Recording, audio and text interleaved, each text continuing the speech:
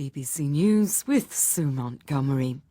Donald Trump has opened his campaign to win back the US presidency by railing against the dark forces he says are lined up against him.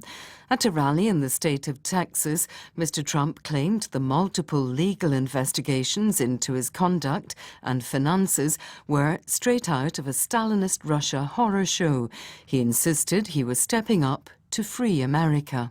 Our opponents have done everything they can to crush our spirit and to break our will, but they've failed. They've only made us stronger. And 2024 is the final battle. That's going to be the big one.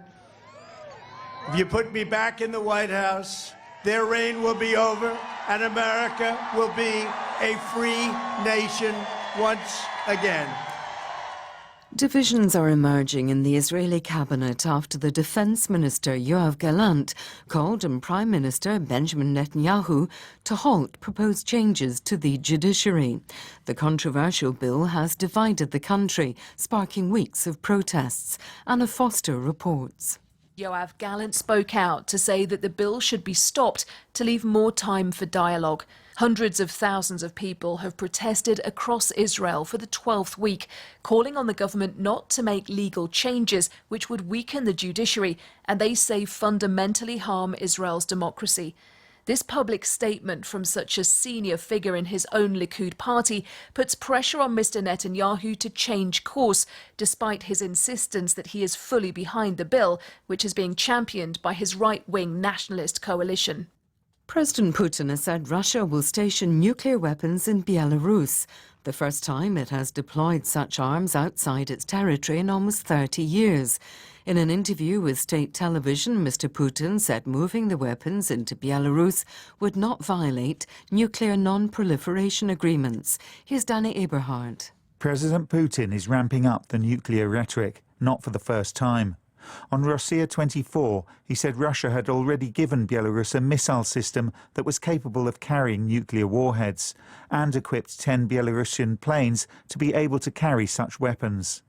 The two allies had already made similar announcements in December. It's not clear when nuclear weapons might be deployed, and Mr. Putin stressed Russia was not handing control of such weapons to Belarus. Search and rescue efforts are continuing in Mississippi after tornadoes hit the U.S. state, killing at least 25 people. The storms devastated several rural towns, with Rolling Fork almost completely wiped out. The state governor, Tate Reeves, has declared a state of emergency. He described the situation as a tragedy. BBC News. The Venezuelan government says 21 people have been arrested for alleged corruption at the state-owned oil company. They were said to be involved in illegal oil sales and money laundering and include government officials. The opposition says the accusations may be linked to a political rift within the government ahead of next year's elections. The interim president of Chad, Mahamat Idris Deby, has pardoned almost 400 members of a rebel group in what appears to be an attempt to open peace negotiations. They had been amongst those convicted on Tuesday in connection with the death of Mr. Deby's father, who was killed 2 years ago fighting against the Front for Change and Concord in Chad. New research suggests that smelling other people's sweat may be a treatment for social anxiety.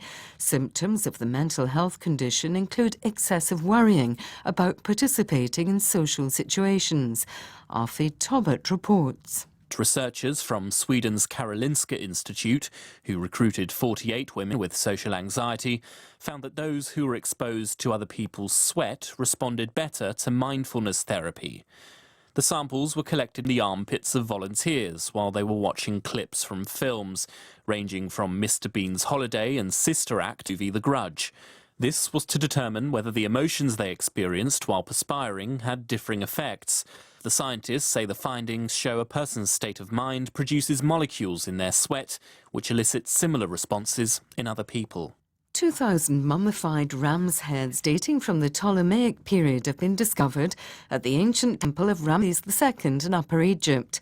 Antiquities officials say a menagerie of other mummified animals was also found, including dogs, sheep, wild goats and gazelles. BBC News.